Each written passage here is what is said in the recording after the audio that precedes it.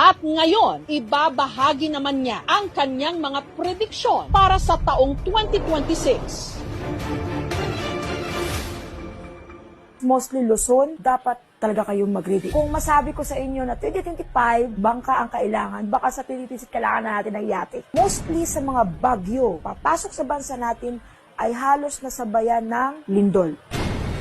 Nakakalungkot sa part na to is yung maraming nasawi. Mga taga-Abra, mag-prepared po kayo kasi kung ano yung nangyari sa Cebu, matitikman niyo po yun. Sa mga taga-Abra, huwag po kayong magalit sa akin kasi kung ano pinapakita sa akin, babala lamang po ito. Nasa inyo pa rin naman yung kung maniniwala kayo.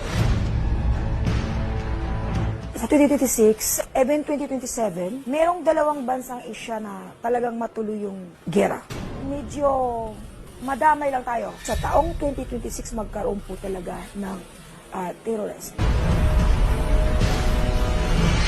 Sumabog yung sakyan, yung mga biyahe ng products, especially papuntang Batangas, papuntang Pangasinan. Pero meron po ako nakita, mismo sa terminal lang po Sa terminal lang nangyari yung pagsabog ng bus. Tuguan, marami po talagang asawi.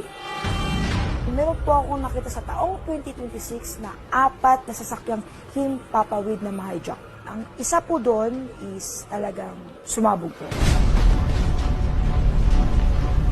Yung 3, nagkaroon ng negotiation. Sa corruption, wag po kayo magalit sa akin. Ang nangyari parang wala rin pong solusyon. Yung corruption is hindi po talaga nabago. Meron naman pong makukulong. Pero yung inaasahan yung makulong ay hindi po talaga makulong. May malaki pong mangyari din na matindi. Mayroong isang kaguluhan na mahirap na po awatin ng kahit sino kasi desisyon na po ng taong bayan. So, may pagbabago, may pagpapalit na mangyayari. At meron pa raw kailangang paghandaan ang sambayanan. Prediction ko for 2026 is a year of fears. Babalik ulit, magla-lockdown na naman.